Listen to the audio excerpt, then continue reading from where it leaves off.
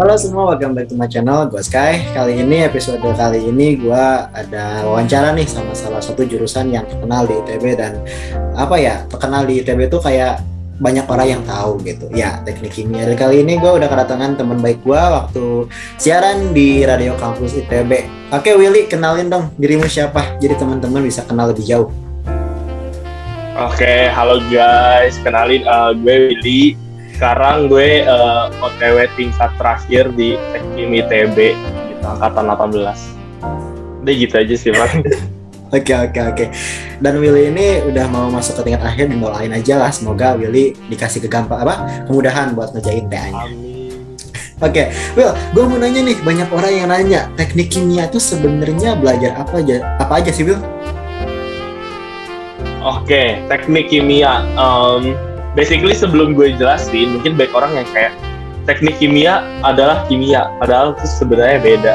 It's totally different gitu. Kayak kalau teknik kimia itu belajarnya kita tuh kayak gimana caranya ngolah suatu bahan mentah bisa jadi bahan setengah jadi maupun bahan jadi gitu.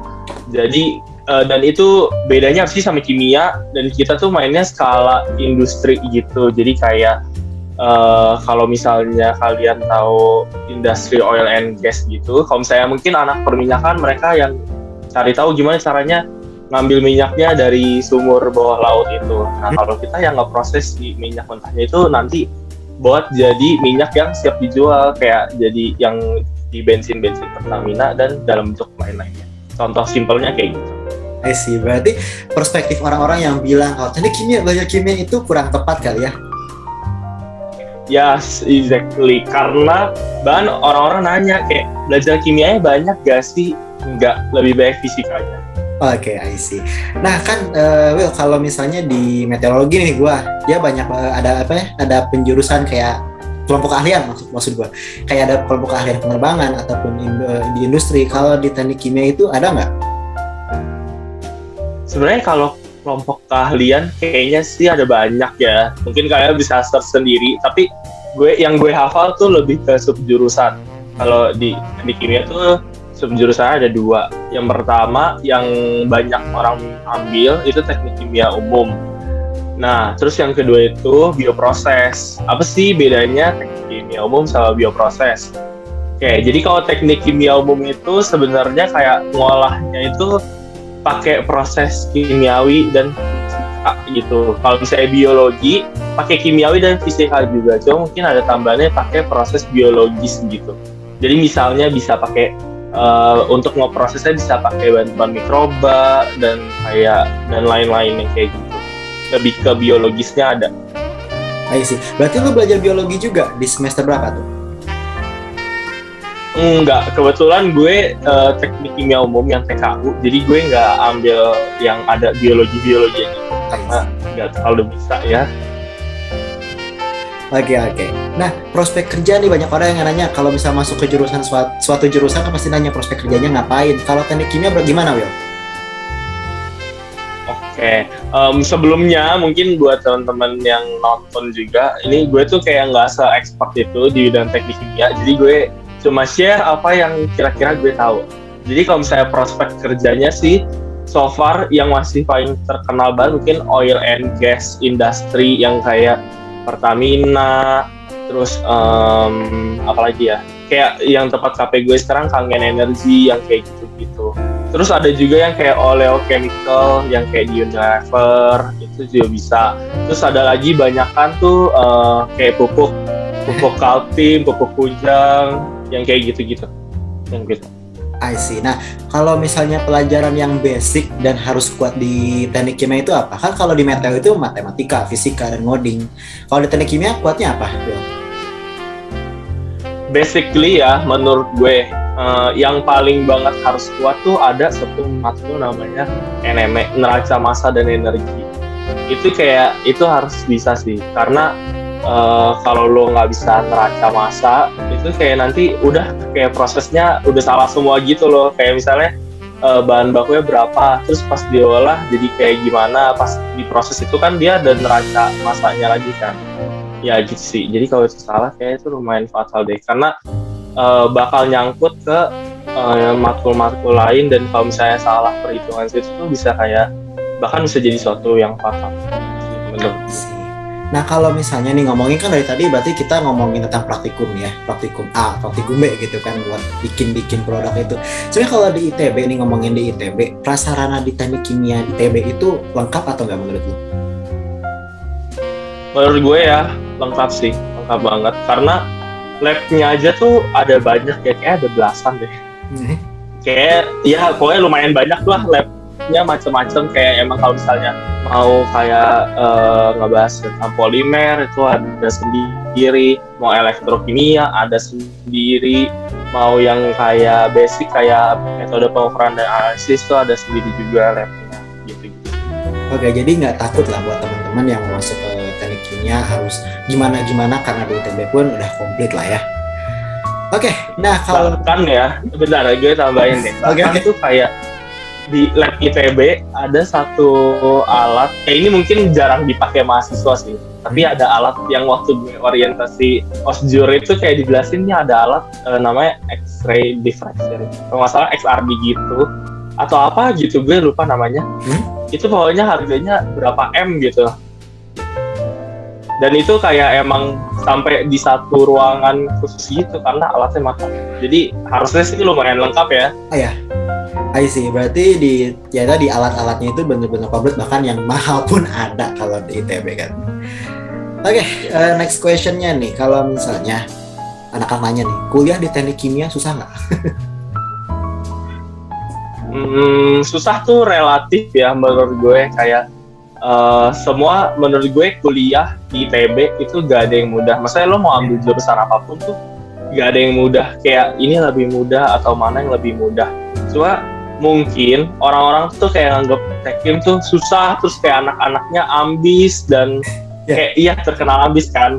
Padahal tuh sebenarnya kayak enggak juga kok. Maksudnya kita sama kayak jurusan-jurusan lain. Cuma mungkin susahnya memang dari segi matkul menurut gue sih lumayan susah. Cuma kayak sebenarnya bisa kok kalau mau belajar, ya penting ada niat mau belajar, emang interest, jadi pasti bisa. Terus punya banyak teman-teman yang kayak support untuk bantu belajar tuh pasti bisa kok. Maksudnya kayak semua jurusan lain pun menurut gue pasti ada kesulitannya masing-masing. Cuma kenapa kita terkenal ambis dan sering belajar, karena waktu kita terutama ya semester 3 pertama kali masuk teknik kimia itu, kayak ilmu di semester 3 tuh kayak yang basic ilmu tekim, jadi kayak materi semua gitu, dan ujiannya tuh per modul rata-rata, jadi kayak ujiannya bisa sampai 20-an, correct me if I'm wrong gitu ya. Jadi kayak waktu itu pas masuk tekim, jadi kesannya kayak pas masuk tekim langsung belajar terus karena kita ujian terus. I see. Tapi sebenarnya tuh kayak itu cuma di awal semester 3 aja sih. Selanjutnya tuh udah mulai yang kayak ada praktikum dan lain-lain. Bahkan kayak kalau misalnya waktu itu mungkin kalau di FTI ya, mending kayak nggak mau masuk TI mah chaos, mau masuk TI aja atau EMR. Padahal sebenarnya kalau lihat TI sama EMR juga sama-sama aja, chaos juga bro. Cuma bedanya mereka mungkin chaosnya kerja kelompok, beda bentuk kechaosan aja. Kalau kita bentuk chaosnya lebih ke ujian yang individu. Tapi setelah kayak semester berikutnya tuh banyak kan.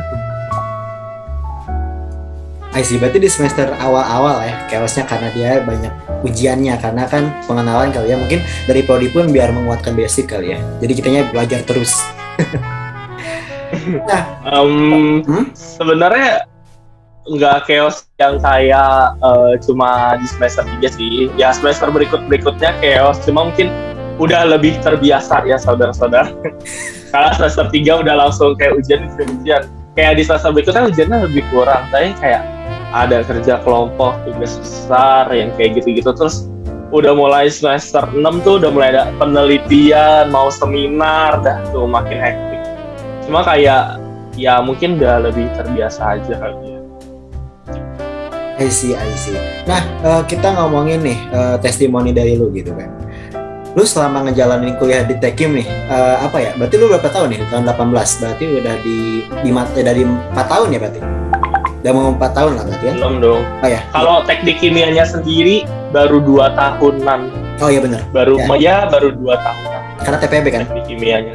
Gimana lu apa nggak ada suka dukanya nggak lu kuliah di Tekim? Suka dukanya apa ya? Sukanya itu kayak ternyata orang-orang di gue bukan ngomong ke pelajaran dulu ya, ini mungkin ke orang-orang kayak kalau orang di luar sana bilang anak Tekim ambis dan lain-lain. Pas gue masuk Tekim tuh anak-anaknya emang rajin, emang pinter, tapi kayak bisa gimana ya?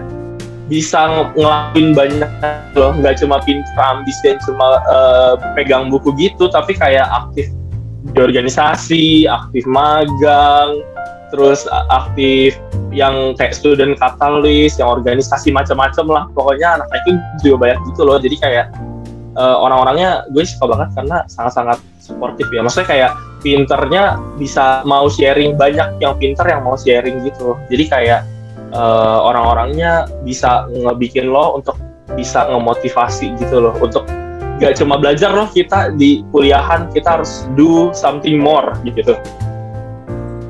Terus sukanya apa lagi ya? Sukanya sebenarnya kuliahnya enak, karena ya gue nggak tahu sih, mungkin ini preference orang-orang ya. Tapi gue lebih suka kuliah pagi, karena kuliah pagi tuh lebih seger gitu kalau menurut gue, karena gue orangnya bukan tipe begadangan ya. Jadi kalau bangun pagi seger gitu. Jadi kalau misalnya kuliah sore-sore itu agak jarang, itu nggak banyak. Jadi gue suka sih. Terus apalagi ya? Sukanya banyak sih kayak. Terus dukanya, kalau duka mungkin nggak tahu ya. Mungkin menurut gue materinya emang lumayan susah. Jadi kalau lo nggak merasa lo into di Tekim gitu, kayak nggak punya masa depan yang jelas, kayak kan ada orang yang dari awal tuh mungkin gue pengen kerja di mana, kayak di Pertamina, atau gue pengen kerja di perusahaan kayak di Chevron, Exxon, yang kayak keren-keren gitu kan. Itu mungkin mereka lebih termotivasi ya buat belajar, kayak udah jelas nih soalnya arahnya mau kemana. Terus mungkin mereka udah searching juga a lot of materials, jadi kayak udah gimana ya, udah seneng aja buat belajarnya. Tapi kayak kalau yang nggak tahu tuh jadinya kayak aduh ini belajar apa sih kok kayak gini sih, jadinya kayak karena materinya susah jadi demot gitu sih mungkin dukanya. Oke. Jadi ya tadi lu ngomongin kalau misalnya lu sukanya kuliah pagi, emang di Tekim pagi semua? Lu startnya dari pagi semua?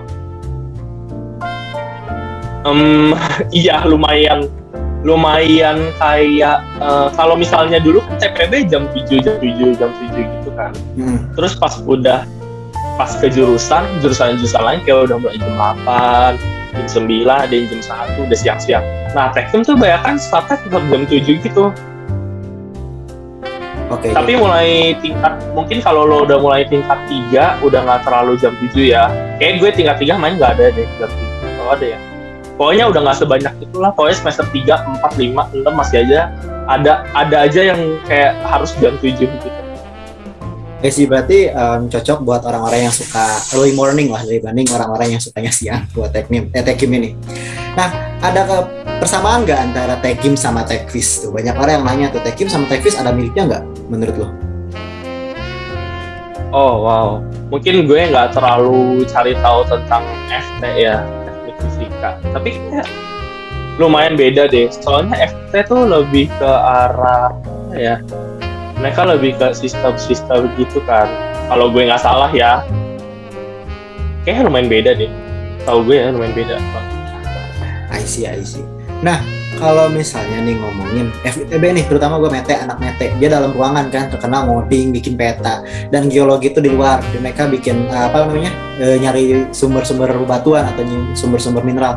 Kalau lu anak Tekim lebih lebih dalam ruangan atau luar ruangan?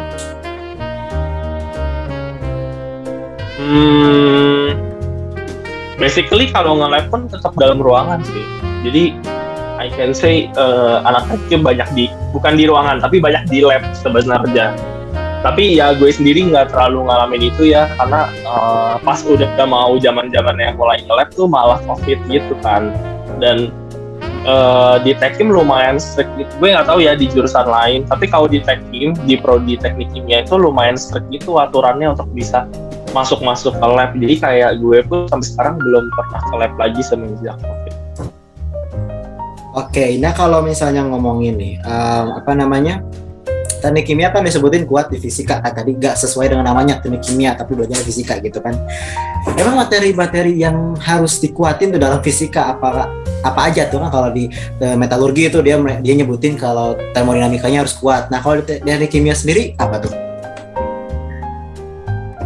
Oke, jadi gimana ya? Jadi kalau misalnya ngomongin teknik kimia, kenapa sih namanya teknik kimia? Sebenarnya nggak ada yang salah walaupun kimia sedikit. Kenapa? Karena bahan yang diolah bahan kimia. Kayak lo harus ngerti bahannya itu sifatnya kayak gimana. Jadi lo tahu cara ngolahnya harus seperti apa.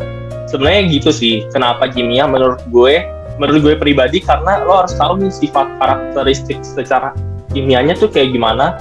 Jadi lo bisa ngolah, karena kita juga teknik kimia kayak kita ada nanti pelajaran kayak matkul namanya rancang pabrik kan. Itu ngerancang benar-benar unit-unitnya satu-satu, kayak harus gimana tekanannya, operasinya, itu kayak dari segi termodinamika. Menurut gue termodinamika juga penting di teknik kimia, yang kayak teknik reaksi kimia, TRK kalau anak-anak kimia gitu, itu juga kepake. Kayak makanya itu fisika banget, karena benar-benar kayak harus ngedesain misalnya reaktor, lo harus desain dia bisa sampai tekanan berapa, terus temperaturnya kuat sampai berapa. Makanya harus ada juga belajar namanya bahan konstruksi, karena kayak kita harus pakai material apa nih, tapi tetap yang bisa untuk proses yang kayak gini misalnya, tapi tetap harganya mungkin bisa efisien, jadi harus dipikirin kayak gitu-gitu. I see. Banyak sih fisika. Nah kalau misalnya gue pengen tahu nih ya, kenapa alasan lu lebih milih masuk ke Tekim tuh dulu? Karena sebenarnya gue mungkin nggak kayak orang-orang yang lumayan visioner gitu ya, udah tahu teknik kimia kayak gimana. Kalau gue tuh lebih yang kayak waktu SMA gue suka kimia, terus gue kayak gue nggak mau nih menyayangkan ilmu kimia gue ceritanya, jadi gue cari tahu. Tapi gue tahu kalau, sorry ya bukannya gue ngejelekin kimia murni, tapi gue tahu kalau kimia murni itu banyak kan kayak nge-research yang kayak di lab-lab gitu kan. Gue maunya yang kayak something yang lebih ke industri gitu, industri pabrik-pabrik. Ya udah, ketemulah Tekim nih di internet. Terus plusnya gue cari juga kayak jurusan apa yang nanti gajinya paling gede. Ya. Terus kayak ya udah teknik kimia keluarlah, jadi semakin bulat lah gue masuk teknik kimia gitu. I see. Berarti memang ya bener sih, kayak kimia murni kan mereka lebih jadi researcher kan gitu, jadi nggak yang masuk ke industri. Oke, kalau misalnya gue ngomongin nih daya tampung, kan teman-teman banyak yang kepo tuh, daya tampung tuh dari TPB ke teknik kimia tuh berapa? Lu boleh juga ceritain berapa sih kuota prodi teknik kimia di tahun lu deh minimal? Oke, di tahun gue ya, mungkin ini juga ada perbedaan nih antara tahun gue dan tahun sekarang. Karena waktu sampai tahun gue itu, teknik kimia tuh di FTI, di Fakultas Teknologi Industri, ya guys, namanya FTI, itu ada 4 jurusan. Jadi ada FTI pun dibagi lagi, ada di Ganesha, ada di Jatinangor, ada di Cirebon. Yeah. Gue ceritain yang di Ganesha ya. Yang di Ganesha itu ada Tekim, TI, MR, manajemen rekayasa, sama FT tadi, teknik fisika. Nah dari 4 ini, waktu tahun gue itu sampai tahun gue, Tekim itu masih yang nonjol, yang kayak orang-orang paling perebutin gitu loh. Jadi kayak masing-masing ada kuotanya kalau nggak salah ya, teknik kimia tuh 100-an, terus nanti ada internya kan. Jadi ada 100-an yang reguler, terus ada lagi internasional. Kalau internasional tuh dari awal masuk ITB dia udah tahu, karena langsung ke jurusan gitu. Nanti bakal masuk FTI tapi udah tahu gitu loh, nanti bakal ke Tekim, karena yang internasional di FTI cuma Tekim kalau nggak salah ya. Terus habis itu ada TI itu biasanya nomor 2, kayak saingan gitu sama Tekim. Waktu di tahun 18 ya, ini gue ceritanya. Nah, terus tuh MR, baru FT yang terakhir nih. Biasa FT itu kayak jarang peminatnya karena terkenal juga materinya susah. Oh iya. Jadi orang pada nggak mau masuk. Terus abis itu kuotanya kan 100 ya, gue nggak tahu sih kalau sekarang kuotanya berapa. Tapi kalau nggak salah anak 20 itu ada 130 juga. Ya hampir sama, angkanya angkatan gue sekitar 130 gitu.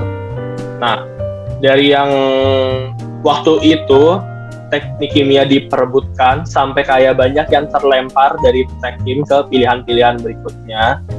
Nah, di tahun 2020 ini apa sih yang berbeda? Mulai dari 2019 dan 2020, mungkin kayak stigma chaosnya itu tuh kayak menjadi-jadi gitu menurut gue.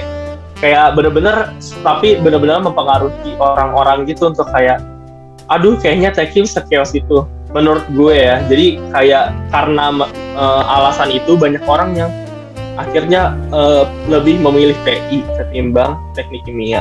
Banyak yang ke teknik industri gitu sih. Bahkan kayak di teknik kimia mungkin di tahun 2019 dan 2020 mungkin ada yang dia jadinya karena terlempar dari pilihan satunya. Jadi dia ke teknik kimia. Tapi pas gue tanya-tanya kemarin ini kan udah mulai ospek ya, jadi udah mulai ada ngobrol-ngobrol sama cutting itu, jadi gue tapi sebagian besar masih sebagian besar masih karena emang pilihannya teknik kimia. Tapi ya kayak gitu perbedaannya antara 18 sama angkatan sekarang. Oke, tadi kalau misalnya anak-anak tekim yang inter itu berarti dari TPB-nya udah beda sendiri atau dari TPB-nya nyatu dulu sama yang biasa atau nanti baru pas jurusan dia agak beda atau gimana? Kalau internasional tuh dia udah ada kelasnya sendiri karena kan bahasa pengantarnya beda kan. Jadi kayak emang udah beda aja gitu kelasnya. Cuma kalau misalnya dia ambil mata kuliah pilihan, kalau pilihan tuh kayak beberapa ada yang kayak harus kayak misalnya apa ya, nggak usah pilihan deh, misalnya agama, nggak ada kan kelas agama yang internasional setahu gue.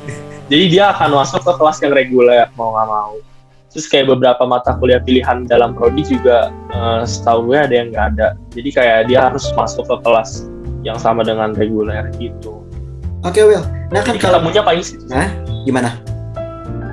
Ya jadi paling ketemunya di situ doang sih kalau sama inter. I see. Nah kalau misalnya ngomongin nih kan anak dirgantara, anak mesin itu kan identik dengan banyak cowok gitu kan. Nah kalau misalnya di teknik kimia sendiri itu gimana perbandingan antara cowok dan ceweknya? Kalau teknik kimia tuh balance menurut gue. Karena kayak gue pernah hitung-hitung deh, kayak 50-50 sih. Balance kalau cewek dan cowoknya. Jadi kayak banyak ceweknya, banyak cowoknya juga. Oh sih, jadi nggak ada dominan. Jadi dia seimbang cowok sama ceweknya. Oke, nah kalau misalnya balik lagi nih ke materi, kalau teknik kimia itu lebih fokus ke pengolahan tadi, ke misalnya ke bahan-bahan kimia aja atau bahkan ke industri pangan pun bisa. Gimana tuh, Will?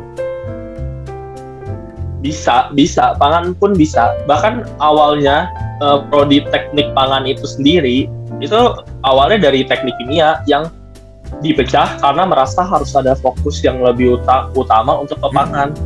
Jadi kalau anak teknik kimia sendiri mau kerja di yang kayak industri pangan pun sebenarnya masih bisa, karena kan bahan pangan itu sebenarnya juga bahan. Sebenarnya bisa-bisa aja. I see. Berarti nggak yang strict banget dia ngebahas bahan-bahan untuk energi ataupun bahan-bahan lainnya kali ya. Jadi untuk pangan pun bisa. Jadi buat teman-teman yang pengen terjun ke dunia pangan pun masih bisa masuk ke teknik kimia. Oke, nah kalau misalnya agak kepo nih, kalau misalnya gelar setelah lulus tuh dapatnya apa, Will? Karena kita teknik kimia, jadi tetap gelarnya sarjana teknik ya, tetap SP. I see. Nah kalau misalnya ngomongin nih, kalau dilihat nih di negeri Indonesia ini sendiri, apakah si teknik kimia ini sangat dibutuhin nggak? Menurut lu deh, Bill?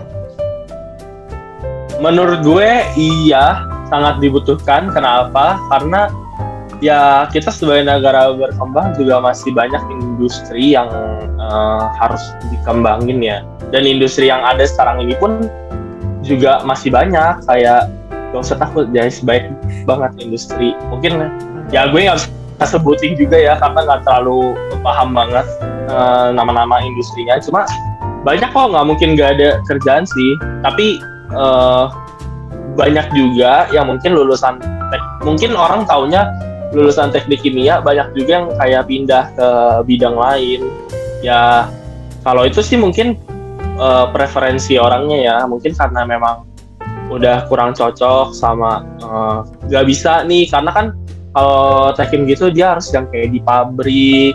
Terus kalau misalnya dia mau ambil oil and gas industry, dia mungkin harus yang ke pulau mana, ke suatu pulau yang kayak jauh-jauh. Mungkin banyak juga yang waktu awal masuk dulu kepikiran untuk sana, kayak harus ke daerah-daerah. Mungkin ada juga yang nggak mau, jadi akhirnya mereka memutuskan untuk pindah ke industri lain gitu. Kayak misalnya ke marketing atau ke startup yang kayak gitu-gitu. I see. Nah tadi kan banyak yang melenceng nih gitu kan, teman-teman yang pernah kuliah di teknik kimia itu banyak nggak sih kasus kayak mereka tuh kabur dari tekim gitu karena merasa apa gitu? Maksudnya kaburnya pas kuliah atau gimana nih? Kaburnya gini, kayak gue kayaknya nggak kuat dari tekim, akhirnya dia pindah ke univ lain gitu. So far ya, bentar, gue inget-inget dulu. So far angkatan gue kayaknya nggak ada deh. Nggak ada ya? Semuanya tetap stay.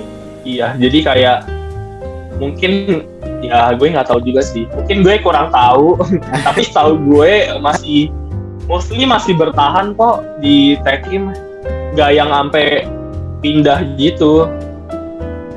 I see. Berarti masih bisa dijalanin lah, maksudnya nggak diambil insecure sampai akhirnya nggak kuat dan akhirnya kabur gitu ya Will ya. Masih aman. Another 1 million, enggak nih. Kalau misalnya nih teman-teman pengidap buta warna parsial, itu boleh nggak masuk ke Tekim? Setahu gue nggak boleh, karena dari waktu gue kan dulu SBMPTN ya. Terus abis itu pas registrasi ulang itu dia udah bilang, kan waktu itu kan kita belum tahu kan, belum tentu masuk Tekim kan. Tapi dia udah bilang kalau misalnya kalian yang berminat masuk jurusan teknik kimia, kalian bawa surat keterangan buta warna itu. Ya jadi berarti harusnya nggak bisa sih kalau buta warna parsial. I see. Nah, kalau misalnya nih another $1 million question nih Will, banyak yang tanyain juga nih di Twitter sama di Instagram. Kalau anak-anak Tekim tuh biasanya magangnya di mana tuh?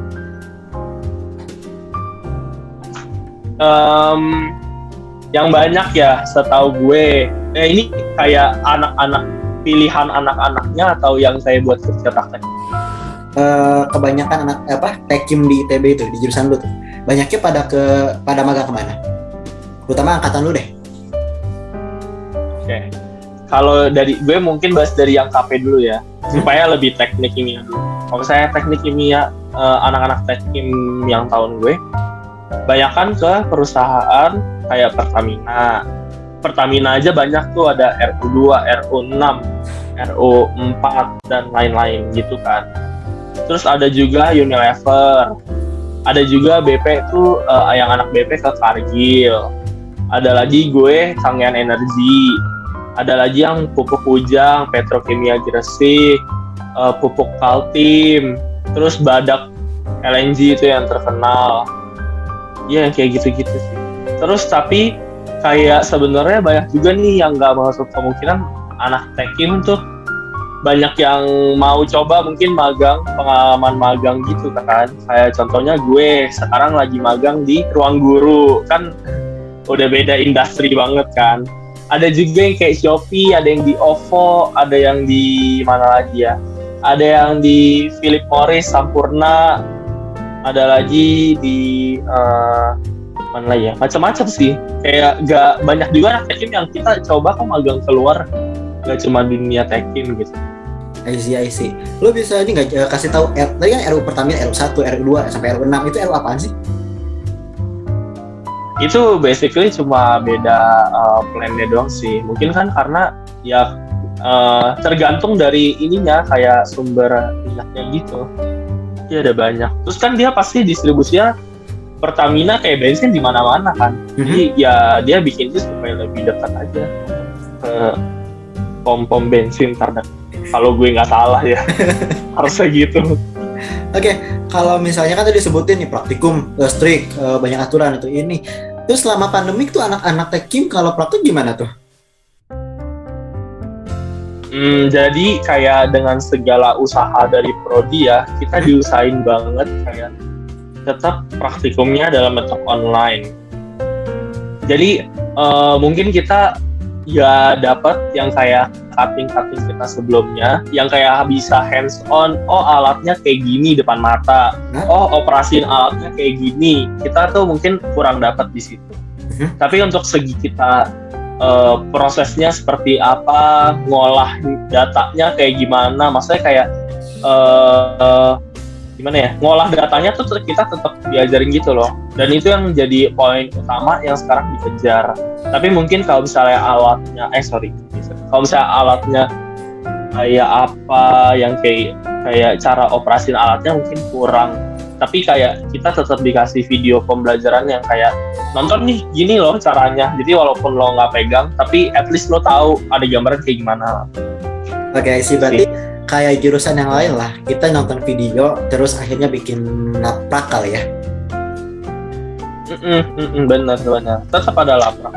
Oke. Oh, kalau misalnya ada juga yang kayak beberapa modul yang dia bisa nih kita contohin di rumah. Misalnya modulnya yang elektrokimia kalau nggak salah, yang kayak modul baterai itu bisa tuh di rumah, yang kayak masih bisa dibikin sederhana akan dibikin sederhana. Kalau yang nggak bisa lebih ke simulasi. I see. Ini random question nih buat lo gitu kan. Kalau lo sendiri udah ada gambaran nggak mau kerja di mana dan mau jadi apa setelah lulus? Kalau gue sendiri mungkin gue nggak bisa bilang as a chemical engineering student gue udah tahu mau kayak kemana, karena apa ya, emang belum banyak, gue merasa belum banyak gambaran gitu loh, kayak industrinya seperti apa, karena KP-nya juga sekarang online. Jadi kayak mungkin gue akan coba nih kayak mungkin akan coba kayak beberapa ke industri teknik kimia, tapi gue juga makanya gue magang salah satunya di ruang guru, karena gue juga mau cari experience lain. Kalau misalnya ternyata di Tekkim ini gue nggak mungkin kurang cocok gitu, karena kan ya kurang dapat juga sih gue rasa untuk pengalaman yang kayak prakteknya gitu. Jadi kalau ditanya mau jadi apa, gue tuh orangnya lumayan let it flow aja gitu, jadi belum tahu. Oke, kita doain aja lah teman-teman biar Will ini menemukan passion sejatinya dan menemukan pekerjaan yang cocok banget. Amin. Ini, oke. Nah, paling gitu aja. Thank you very much udah nonton sampai akhir, dan please banget subscribe karena pengen banget 1000 subscriber. Dan kalau ada 1000 subscriber mungkin aku bisa ngundang influencer yang lebih terkenal banget dan bikin pandangan-pandangan baru nih buat kalian ini yang nonton. Oke, thank you banget nih buat Willy udah nyempatin waktunya di kala-kala yang mulai udah mau masuk kuliah ini buat hadir di wawancara dan ngasih insight baru buat teman-teman penonton. Oke, paling gitu aja. Bye. Thank you. Bye bye.